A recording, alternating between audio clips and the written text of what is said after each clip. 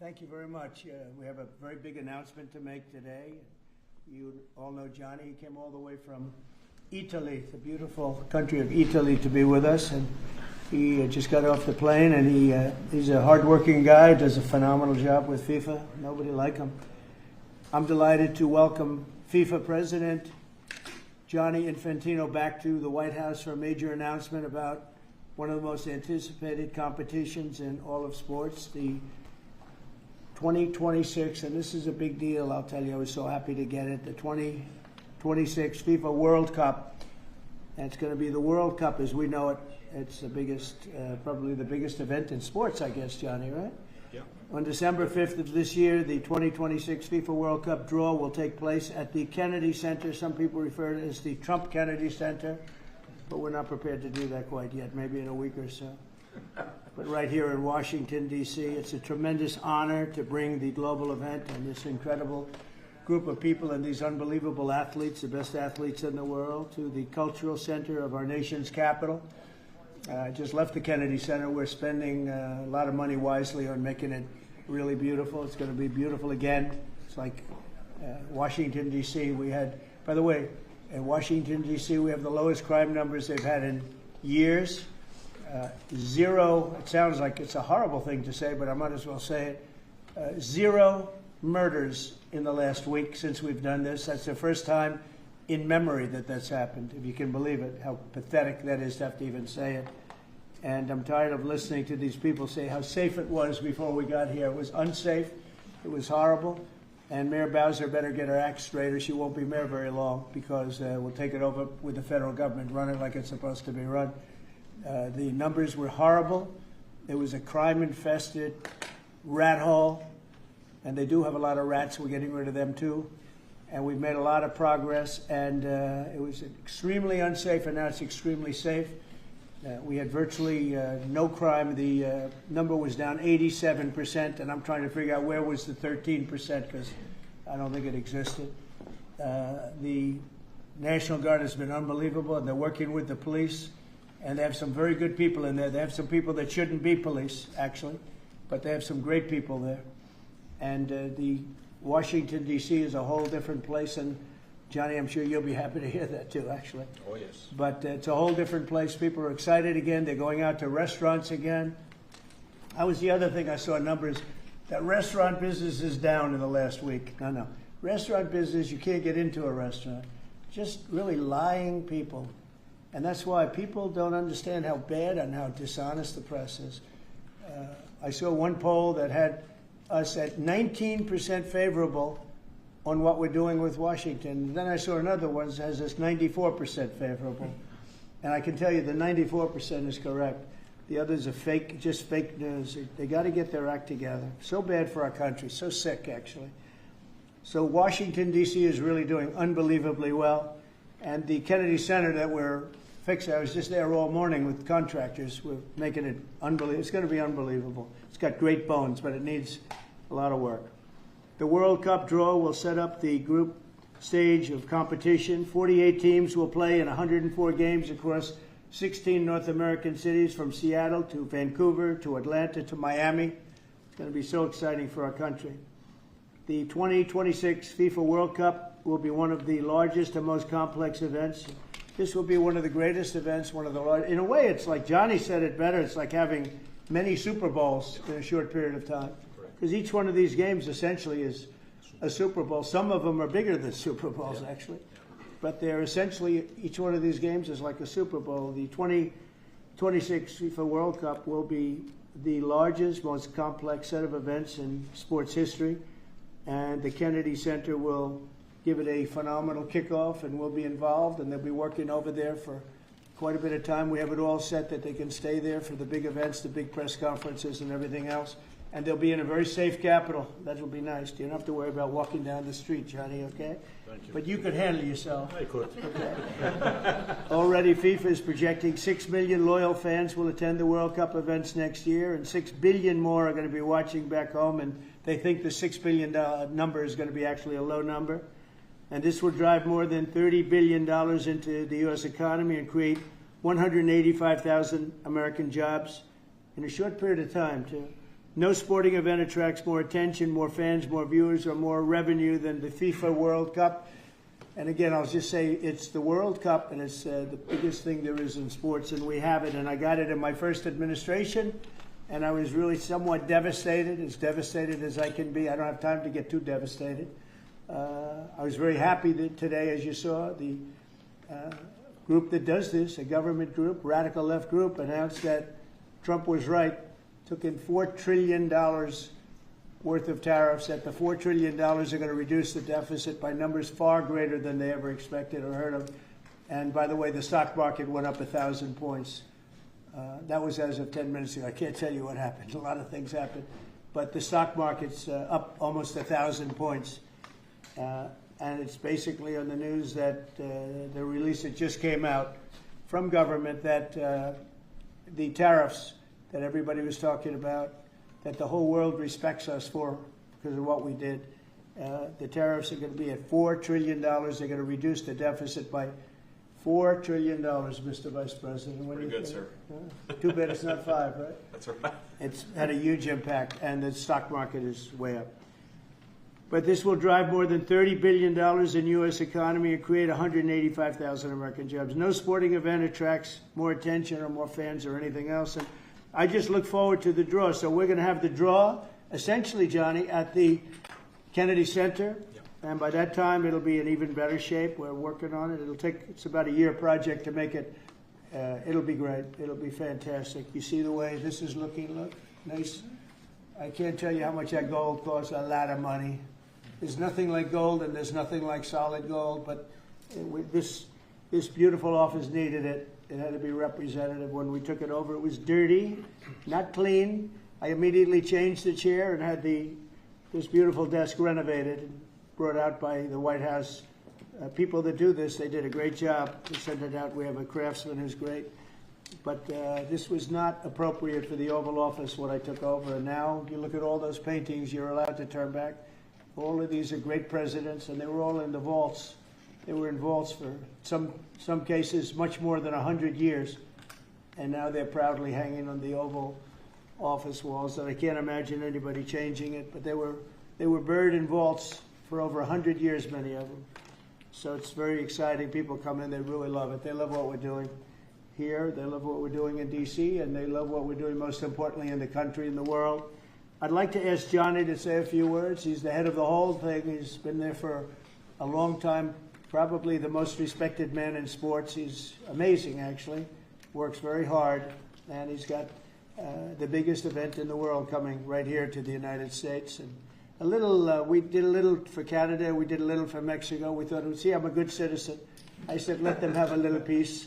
So we gave a little to Canada. See how nice I am? And we gave a little bit to Mexico. And Johnny, please say a few words. Thank you, President. Great honor for me to be here with you today, President, Vice President, Excellencies. Fantastic to announce what you said, which is the final draw of the FIFA World Cup on the 5th of December here in the capital, in the Kennedy Center in Washington, D.C. at 12 noon sharp. It will be broadcast live all over the world. 1 billion viewers will watch it.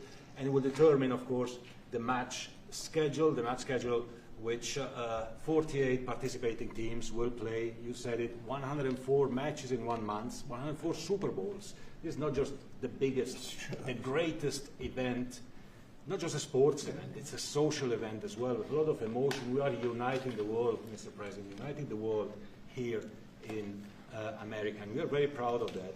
And those teams, those national teams who will come here to participate in this draw with their coaches, with their presidents, they will all be proud to be part of writing this history. And that's why we brought as well this, which is the winner's trophy. It is the trophy that the winner of the FIFA World Cup wins.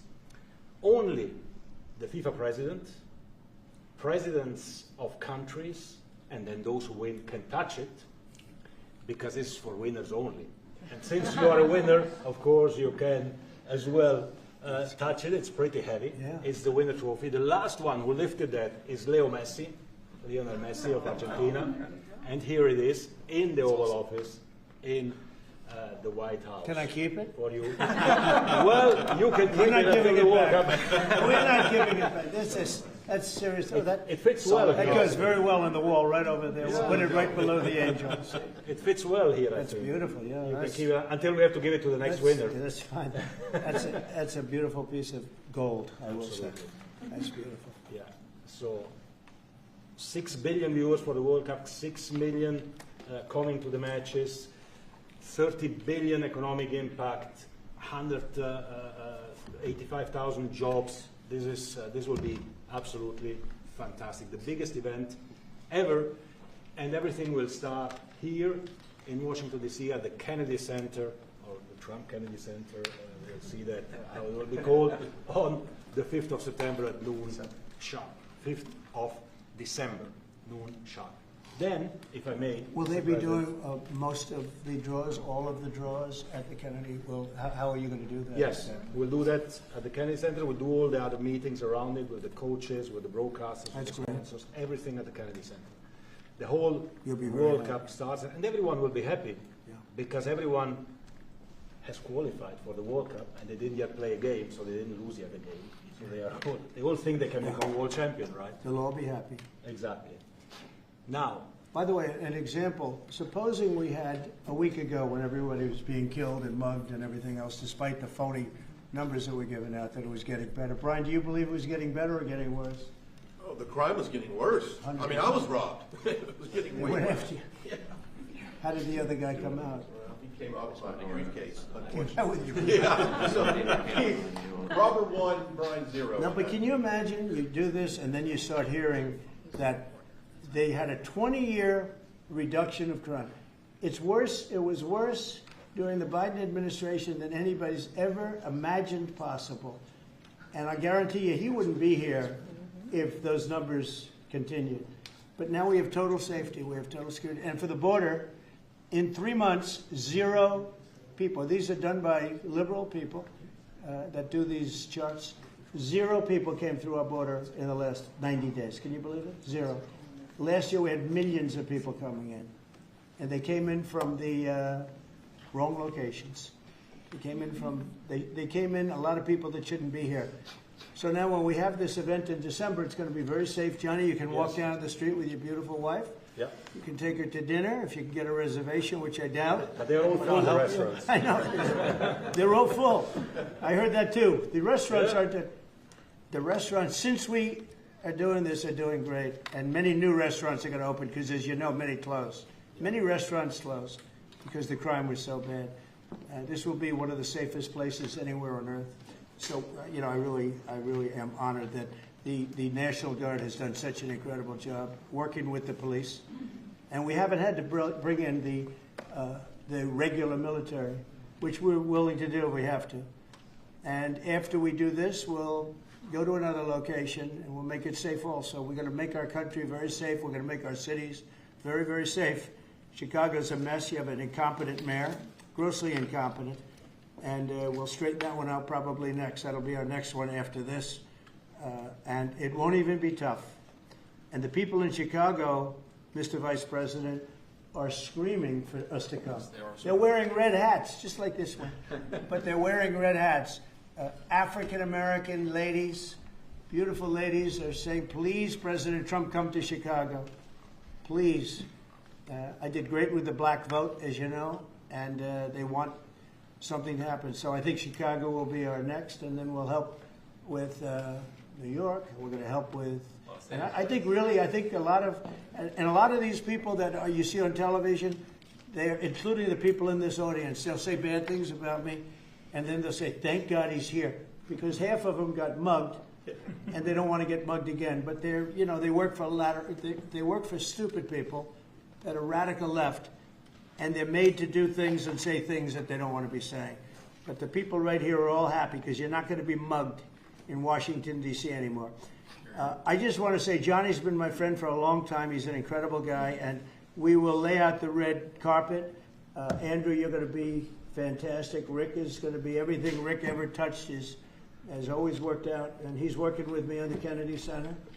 And his very good friend was an actor on Broadway for 5 years, right? And I assume he's helping us a little bit, right? Yes. And Andrew, you're all excited about it? Absolutely. Would you like to say something? This is a great opportunity, Mr. President, to show off the first 250 years of the United States of America, the greatness and then the hope and promise of the next 250 years. When you think this World Cup is going to be over our 250th birthday, Mr. President, your leadership, obviously, with FIFA leading the way, this is the largest sporting event in the history of the world under the Trump administration. So very excited. I just want to say one thing. Andrew Giuliani, so his father is Rudy, the greatest mayor in the history of New York, I think by far. He took a ravaged city, a city that was really under siege. Probably most people thought it was going to survive. He turned it around. He was a great, great mayor. And then they treated him very, very unfairly. You go back and tell your father all of the things that have come out over the last couple of months through Tulsi and through all of the people, Cash, everybody. They've proven your father 100% correct. His father was treated so unfairly. Your father has been 100% correct. And tell him we all love him, okay? Thank you, Mr. President. He's an amazing. What he had to go through was very, very unfair. Nasty. These are bad people. Mr. Vice President, would you like to say something? Well, sure, Mr. President. Thank you, and thanks to Johnny for being here. We're very thrilled about the World Cup. Just to echo something the President said about crime in Washington, D.C., this is the national capital of the greatest nation in the world, and we had murder rates just a few weeks ago that rivaled some of the worst third world cities anywhere, even in very, very poor regions of the world. Why did we accept that? Why did we allow it to happen? We allowed it to happen because we had broken leadership in Washington, D.C., and unfortunately sitting behind the Resolute desk. What we have shown in just under 2 weeks of taking law enforcement seriously is that the American people can have their streets back if their leadership is willing to put in the time and the resources. Mr. President, you've shown in Washington, D.C. that we can have safe streets again. We've just got to have the political willpower to focus on the bad guys and to give the American people back their communities. We are focused on doing that thanks to the President's leadership. Thank you. And that's a really very small percentage. It's 2%, 3%, but that 2% and 3% wreaks just havoc throughout a community. People are petrified, and I know there's a couple of the women in the back are shaking their head, yes, yes, yes. I won't report who you are because you'll end up losing your jobs, but it's true. It's amazing, and the police, and you look at the D.C. National Guard. I saw pictures of them last night getting off vans and all, and I saw some bad ones running, but they're not running so much anymore. They're not there. They're just not even. They're not even trying. You're totally safe. Now, there'll be something happening sometime. I don't know. Maybe it won't be for a long time. But this was every night would get reports of people being mugged and killed. There's one woman on television last night. She had a badly busted up nose. And she said, well, I like our streets the way they used to be. And she thinks it's going to happen like by doing nothing. And they say, what happened to your nose? She got slugged by a guy walking down the street. Slugged. Her nose will never be the same, I guarantee you, unless it takes a pretty good turn. She wasn't really for us. But she sort of said, well, maybe something has to happen. Before this happened to me, she got whacked. And I don't think she'll ever be the same. She almost became, she was a half a Trump fan, a woman that would have never been a Trump fan, but she was hit hard. It's not going to happen anymore. Not going to happen anymore. But then we're going to beautify the city, too. That's where I was today at Kennedy Center. And we're going to beautify the city like it has it. And we're working with Clark Construction, the biggest construction company in Chicago, and in Washington. And the head of Clark is great. He's all over the world, actually. But Washington, I would say, is their home. That's where they do the best work, the biggest work. And they've been doing a fantastic job. So you're going to have a fantastic, clean, beautiful place. It's going to be better than it ever was before, literally better than it ever was before. We'll get it done very quickly. And I want to thank Clark because they're doing a lot of work in a lot of different locations, but they've been fantastic for getting us the right contractors and the people that can really do the job right. And Johnny, did you want to say something? Yes, one more thing, because as you rightly say, with security and beautifying cities and the whole country, we want people to come and enjoy and have fun. And that's why This is not just the most iconic trophy in the world of sport, but we start on the 10th of September the sale of tickets for the FIFA World Cup. And we have the first ticket here for the final. Good. Wow. For you. Oh, good. Wow. It's, of course, row 1, seat 1. It's ticket number 45, so. 47. And it's for the final in New York, New Jersey. That's great. And so you have your ticket already for the final. All the others, 10th of September, start getting your tickets. That's beautiful. Yeah. 6.5, 7 million tickets. Fans will enjoy. Will You enjoy do the records. security here. Will be fantastic. You're going to do record business, I think. 100%. Christy, would you like to say something? Yeah, Mr. President, millions of people will come to this country, and we'll make sure they get their travel documents, their visas, that they want to come here and spend their money and enjoy this sporting event. It'll be the largest event in the world. And, sir, you're reminding me of something that my dad used to say all the time when I was growing up. He would say, Christy, you kids need to look like you respect yourself before anybody's going to respect you. And in this country, when people look at our streets, when they look at our capital, you're bringing respect back to this city. And people will respect our country more because it's safe, it's clean, it's beautiful. And what you're doing is transforming this nation by making sure that our laws are upheld. And millions of people are going to come and be able to enjoy it next year, and I'm excited about that. Thank you for doing that. Well, our country is respected again. And a year ago, we had a dead country. I'm telling you, it was a dead country. It was a country that had lost its way. It was a country that was going to fail. Look even today where they say $4 trillion in reductions of deficits. And this was totally unexpected. They didn't expect it. I mean, I don't know where they've been, the people that do this stuff, but it's terrible. I want to thank Christy for another reason. I said to her 2 weeks ago, I said, Christy, do me a favor. I built hundreds of miles of wall. I built the same wall that the Border Patrol asked me to build.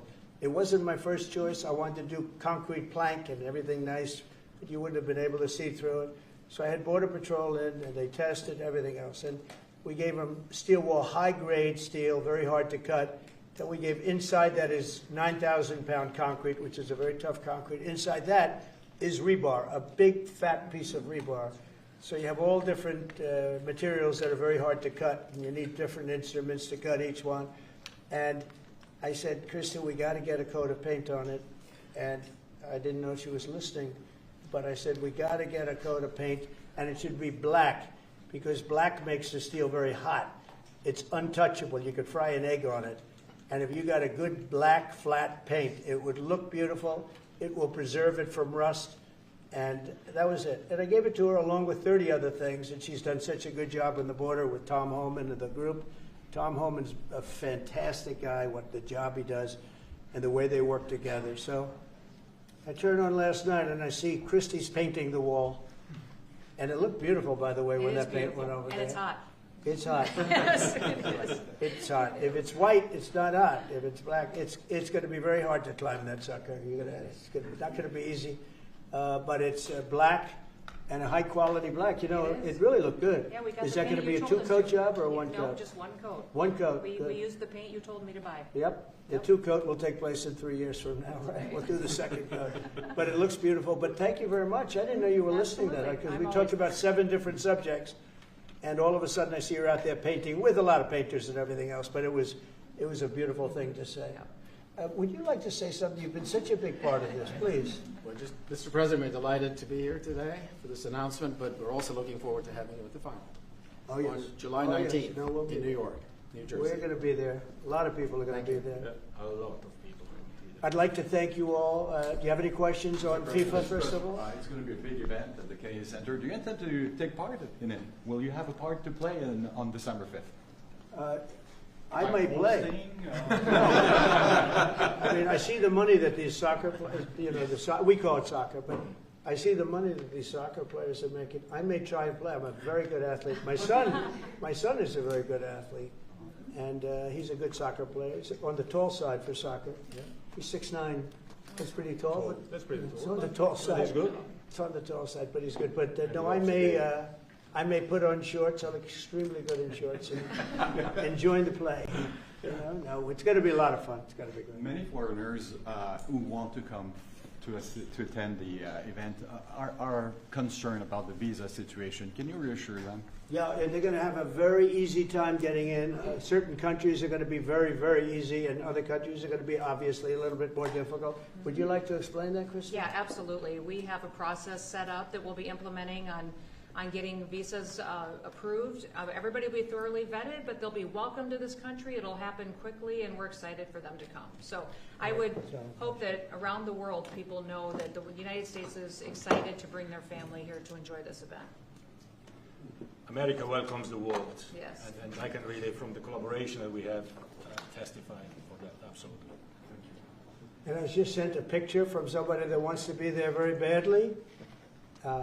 He's been very respectful of me and of our country, but not so respectful of others. But he'll, I'm going to sign this for him, but I was sent one, and I thought you'd all like to see it. That's a man named Vladimir Putin, who I believe will be coming, depending on what happens.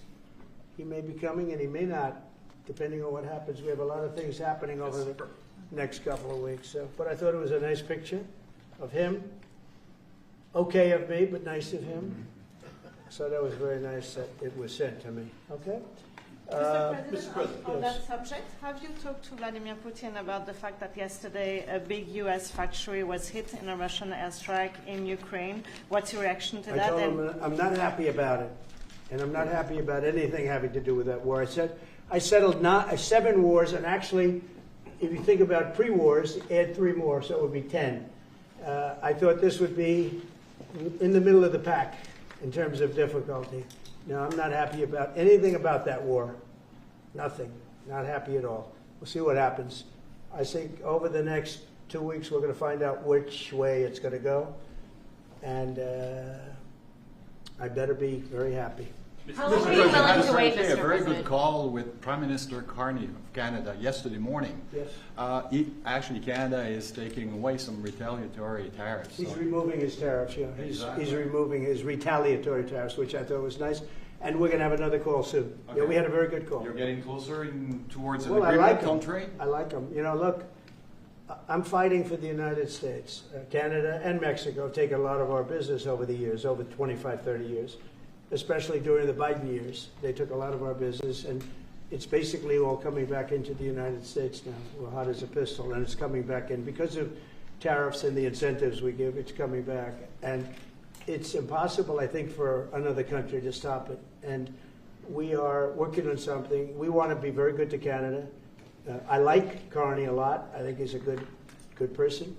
And we had a very good talk yesterday. So I think it'll be good. Mr. President, I have a question about the search of Ambassador Bolton's home. The Vice President recently just did an interview saying that it's about classified documents, but that there's also broad concern about him. What are the concerns that you have? I haven't spoken to Pam and the group yet, but I will be. I saw that just like everybody else. I try and stay out of that stuff. I'm allowed to be, and I'm chief law enforcement officer, believe it or not. You know, I don't like to go around saying that, but I am. That's the position. But I purposely don't want to really get involved in it. I'm not a fan of John Bolton. I thought he was a sleazebag, actually. And he suffers major Trump derangement syndrome, but so do a lot of people, and they're not being affected by anything we do. I don't know anything about it. I just saw that. I'll find out about it. But if you believe the news, which I do, I guess his house was raided today, but my house was raided also, called Mar-a-Lago. They went through everything they could, including my young son's room and my wife's area. They went through her drawers, as the expression goes. They went through everything you can imagine. And when she came back, she said, she's very neat, you know, she's meticulous. And she looked and she said, whoa, this wasn't the way that she had it. So, you know, so I know the feeling. It's not a good feeling. Thank you. Mr. President, on Ukraine, how long will you give Putin? A couple of weeks. We're going to figure it out. We'll find it. Do you think you'll have to intervene at some point? Look, it takes 2 to tango. You understand that. I wanted to have a meeting with those 2. I could have been at the meeting, but a lot of people think that nothing's going to come out of that meeting. You have to be there. Maybe that's true. Maybe it's not. But we're going to see. In the meantime, people continue to die. But I've solved 7 of them where they were in wars for 31, 35, and 37 years. We had 3 of them that were for more than 30 years, Johnny, and I got them solved. And we solved one that could have been a nuclear war with India and Pakistan. That was getting ready to be a nuclear war. I solved them all. And this one, I thought we would have had it done by now, but it's more different. There's a lot of anger, a lot of hatred. There's a tremendous amount of hatred there. So, but we'll see what happens. I think in 2 weeks we'll know which way I'm going. Because I'm going to go one way or the other. And they'll learn which way I'm going. Mr. President, if I got 2 questions for you, one on FIFA, the other one on DC. Can you talk about the economic impact that FIFA will have in these cities, and what's your message to the mayors to get their cities prepared, not only the beautification process, but also the safety aspect? Well, Los Angeles is an example. You know, it's poorly run. We have a mayor there that can't even get permits to the people that lost their houses. Lee Zeldin got every permit. The hardest permit is the federal permit. Within 20 days, every single permit was there for the people to build their houses. But people are writing us and they're saying they won't give us. The mayor is incompetent. The governor is incompetent. You know, Gavin. I know Gavin very well. He's an incompetent guy with a good line of bullshit, and he doesn't get the job done. And frankly, those people want to build their houses. It's terrible. They could have been built. Some of them could have been built already. But think of it, the federal government that has the most complex part, and it's the most complex environmental thing to do. We got it, everybody had it within 30 days. And they're not even close to getting their permits. And now they're talking about taking some of those sites and building low-income housing on them. These are high-end neighborhoods. And I'm all for low-income housing. I built a lot of low-income housing. I know all about 236. I know every program that there is in the government. I used every one of them. I know more about low-income housing than probably almost anybody. And it's great. It's fine. It's wonderful. But you don't build it in Pacific Palisades. You don't build it there, and you don't build it in the other areas that burn down. So they're talking about putting up low-income housing. And you talk about riots. They're going to have riots if that happens because you're taking the people's property away. They want to build their houses, and they're unable to get permits from the mayor and from the governor. And that's a terrible thing. But, and let me tell you, if I didn't send in the troops in Los Angeles, Johnny wouldn't be in Los Angeles. You wouldn't be having your World Cup there. I sent in the troops, and we kept it. And even the police commissioner, the sheriff, and the police commissioner, they all said the same thing. They said, we could have never handled what was happening. You saw that. You were there. He said, we could have never handled what was happening. And then you hear Gavin Newsom. After it's all quelled, you hear Newsom get up and say, we could have done this by ourselves. No, they couldn't have. And if they could have, I wouldn't have taken the chance either. Okay, my second question is on crime prevention. Would you be open to expanding the national concealed carry to apply to D.C. like it does in other states like Texas? Yeah. Well, they have it in some states, and they feel strongly about it. As you know, I'm in favor of it. People have to protect themselves. I'm a Second Amendment person, very simply. People have to be able to protect themselves. Especially like in Washington, you walk down the street, a guy comes up and slugs you. He's got a pistol in his hand. You can be tough, you can be in great shape, you can be a powerful person, or you can be a guy that weighs 100 pounds with a gun in your hand. Right. And I'll bet on the guy with a gun 100% of the time, right? And so you need protection. So I'm a Second Amendment person all the way. Yeah, please. President Trump, you said this morning that you were working with Congress to get $2 billion to help clean up DC. Have you had any conversations with Mike Johnson and John Thune about where they're going to get that money from? Which money? You said this morning that you're going to get $2 billion from Congress to help clean up DC. Yeah, I've spoken to Mike Johnson. I've spoken to John Thune, the Senate, the House. And I think it's going to be very easy to get. It's going to be not a lot of money. I wouldn't even know where to spend the number that you mentioned, but it's going to be money to beautify the city. Yeah, they're ready. Everybody wants to save D.C. In one way, it's the easiest. The violence was more than any other city in the country, actually, by far. It may have been more than any other city in the world, if you could think. We looked at some of the worst cities in the world. It was worse, and that's why it angers me to see the mayor saying about how they have it on the slide. Not on the slide. It was worse than ever. Yeah, we have no problem getting that money. That money will come out of Congress. I think it'll be even bipartisan. And is the plan to I mean, I would imagine Democrats would vote for that one. Is the plan to get it before the September 30 spending deadline on the Hill? Well, I don't know if there is a deadline, because if I declare a national emergency, which this was, that ends the deadline. So, I mean, I keep seeing about a 30-day deadline, of which we have 22 days left or something. But if I think we're in great shape here, that's one thing. But if I don't, I'm going to just say it's a national emergency. And if I have a national emergency, I can keep the troops there as long as I want. If people are not going to want to have the troops in 30 days, you know, it's one thing to get them out. It's another thing to keep them out for a long period of time. You've got to train people. You can't do this. You can't bop people over the head. And a lot of those people are in courts right now, going to court. They're going to go to jail for a long time. So that's going to take more than 30 days. But if I have to, I'll declare a national emergency, which I don't think I have to do. Yeah. Mr. President, Ukraine and Russia, you said in 2 weeks you'll know whether you go. Yeah, I think I'll know. I think I'll know the attitude of Russia and, frankly, of Ukraine. It takes two. What are the 2 ways you can go at the end of 2 weeks then? Well, then I'm going to make a decision as to what we do. And it's going to be a very important decision. And that's whether or not it's massive sanctions or massive tariffs or both.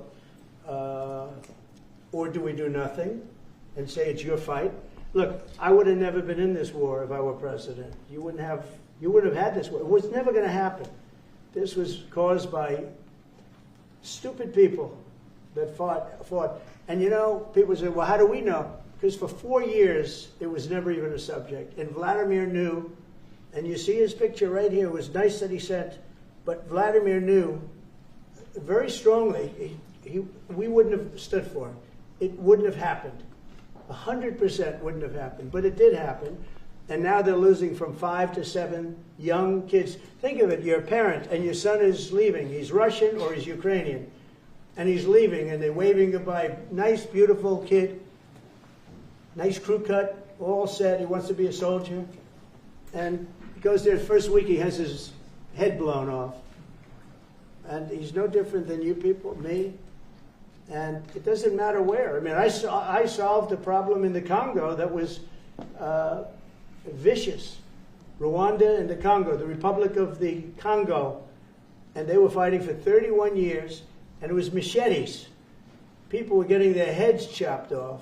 That was going on for 31 years. I got it solved. You saw it. They came to the White House, and we signed an agreement. It was amazing. People can't believe we got it done. I love to stop killing. I really do. People thought it would be just the opposite. Hillary Clinton said, oh, he'll get us into a war. No, I'm getting everybody else out of wars. Are you saying there's a real possibility then that you do nothing if Putin doesn't come to the table for a ceasefire? I'll see whose fault it is. If there are reasons why, I'll understand that. I know exactly what I'm doing. We're going to see whether or not they have a meeting. That'll be interesting to see. And if they don't, why didn't they have a meeting? Because I told them to have a meeting.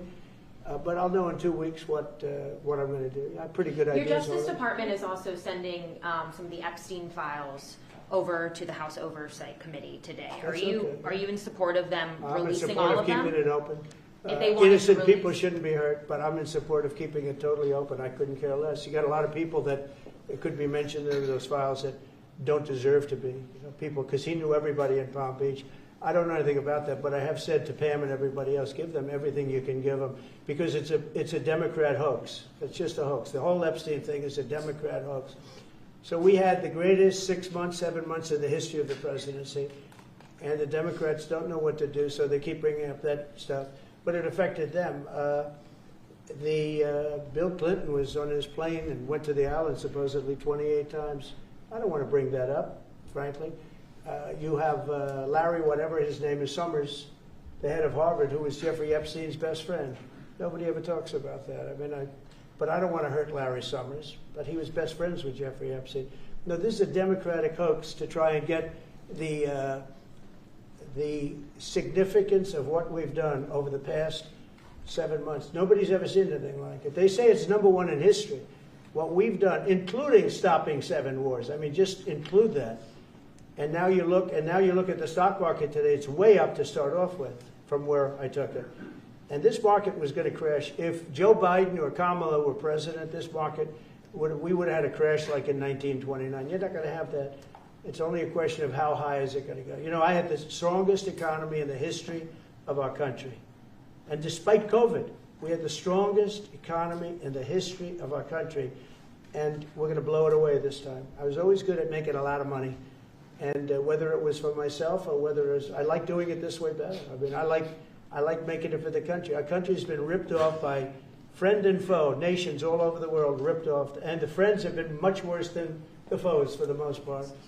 And they're not ripping us off. We just signed a deal with the European Union. They're paying us essentially $950 billion, like a signing fee. They're going to buy $750 billion worth of energy. They weren't buying much of our energy there.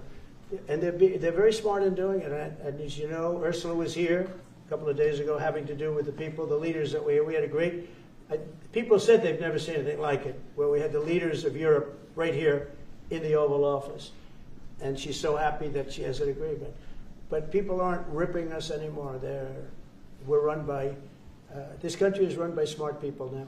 Mr. President, in Israel... Two questions. One is about Intel. There have been reports that you're considering taking a stake in Intel. Can you tell us about the 10%? About the 10%. Yeah, I met a man. He was a very nice man, and I called for his removal because I saw something by a man named Tom Cotton, a senator from Arkansas. He's a great guy, friend of mine, supporter of mine, big supporter. I'm a supporter of his too. And he wrote a pretty nasty story about the head of Intel. And I said, well, if that's right, he should resign. And he came in, he saw me, we talked for a while. I liked him a lot. I thought he was very good. I thought he was somewhat a victim, but you know, nobody's a total victim, I guess. And I said, you know what? I think the United States should be given 10% of Intel. And he said, I would consider that. I said, well, I'd like you to do that because Intel has been left behind, as you know, compared to Jensen and some of our friends, NVIDIA, some of the people, and the people in, because Intel should have never been. Intel was the biggest, most powerful chip company in the world. And then they started leaving. And they started going to foreign countries, in particular Taiwan. And if we had a president that would have said, okay, you can go to Taiwan, but we're going to put a 100% tariff or a 200 or 300 or a 500% tariff, anybody that sells into the United States has to pay. They wouldn't have left. They would have never left, and we wouldn't have. So in the meantime, we had people that were, in some cases, good politicians that weren't good on trade. I loved that man, but he was not good on trade. I totally disagreed. He allowed the car industry to be taken out of this country. We lost 50% of our car industry. But that's all coming back. It's all coming back. But if somebody would have said that with Intel, would be a giant right now. Now, with that, they've had some bad management over the years, and they got lost. And I said, I think you should pay us 10% of your company. And they said, yes. That's about $10 billion. I don't get it. This comes to the United States of America. And I said, I think it would be good having the United States as your partner. He agreed. And they've agreed to do it. And I think it's a great deal for them. And I think it's a great deal. He walked in wanting to keep his job, and he ended up giving us $10 billion for the United States. So we picked up $10 billion. And we do a lot of deals like that. I'll do more of them. If somebody has, like we have restrictive covenants with Jensen. We have, it's NVIDIA. And to unrestrict the covenant, nothing to do with losing our powers or military or anything, because that I wouldn't do. But there are things you can do that don't affect us, that actually help us. And if we're going to give somebody a restricted covenant, we have a strong restrictive covenant on certain industries. And I will absolutely give somebody a opening on to do a lot of business, which is good for us, as long as it doesn't hurt us in a security or military way. And if I do that, I think the country should be paid, because anybody else, I have it in real estate, where I'll have a deal with somebody and I'll have them restrictive covenant. Then they'll come back and they'll say, I'd love to be able to build over here, but I'm not allowed to because you have me covered, you have me restricted. I say, I'll let you build over there, but pay me a lot of money. No different. But the country never did it because the country was run by foolish people. Mr. President, on DC crime, you said Chicago might be next.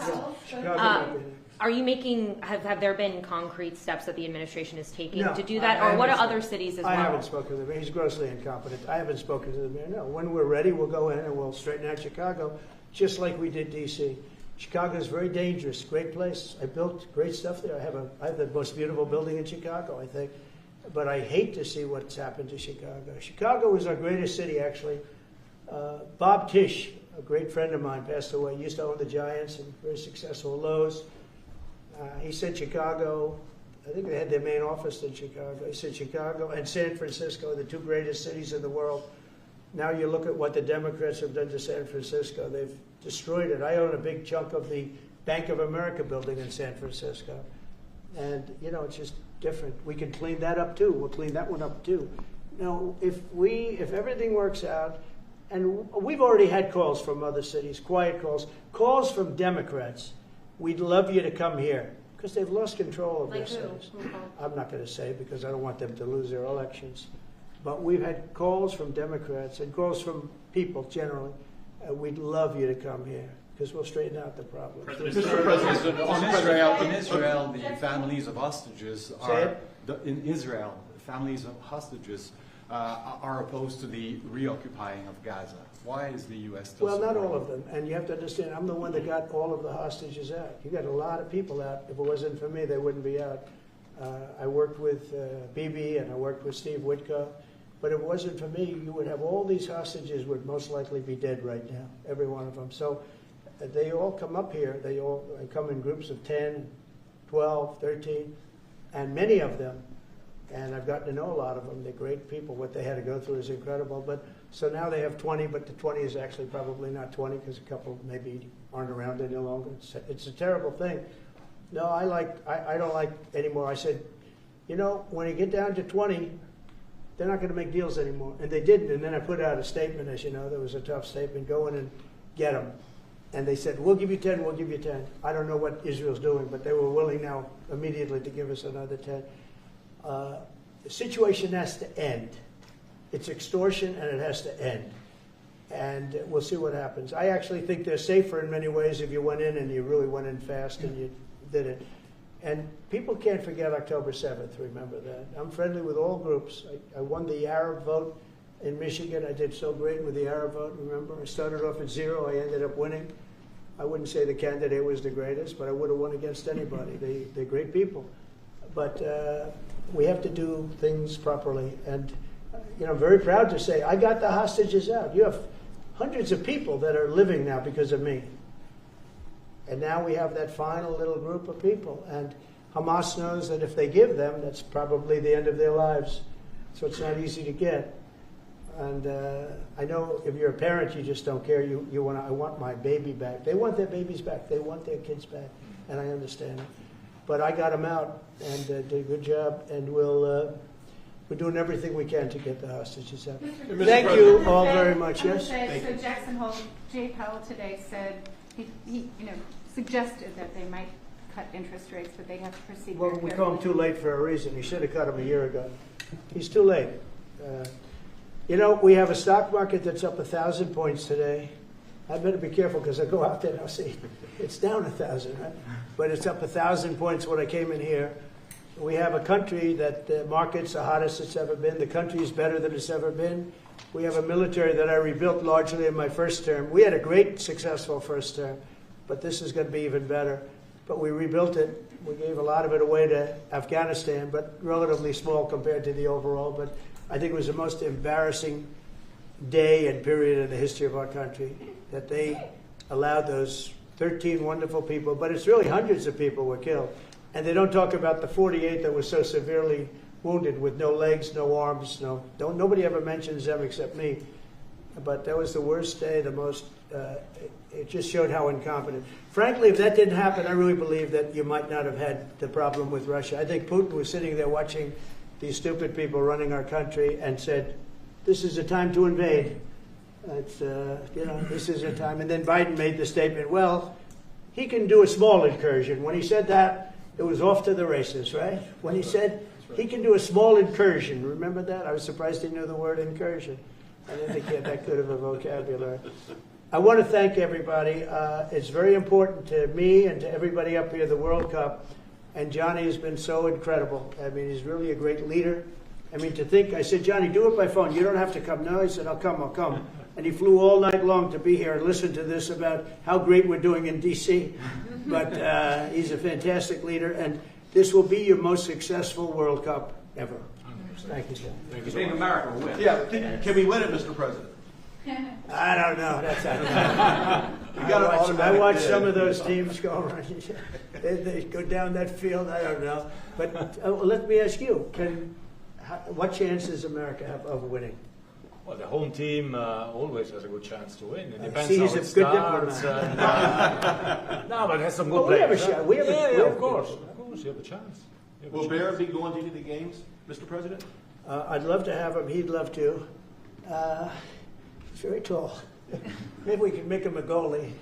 Right? The goalies are very tall now, right? Yeah, goalies are very tall. The goalies, well, he'd be a perfect goalie. 100%. At his height, he'll be a great goalie. Exactly. So we'll put him on the American team. Yeah. No, but The do goal. the Americans have a chance of getting into the quarterfinals? Yes, right? definitely. No, Yeah. the quarterfinal definitely. But then, as the tournament goes on with the public, 250 years of United States. Let's not forget, they will all feel energized about that. It's amazing. The talent is really great when you watch these things. I went to the game 2 weeks ago, and it was a big upset. But you look at these people; the way they pass it. It's amazing, really amazing. It's a great art, right? It's a great talent. It is incredible. You know the expression.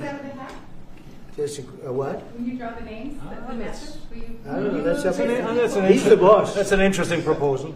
He's the boss. We'll discuss that. It's going to be great, and I think the American team is going to do well. I mean, I hear it's a very good team.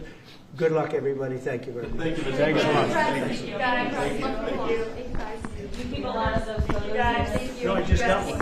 Thank you.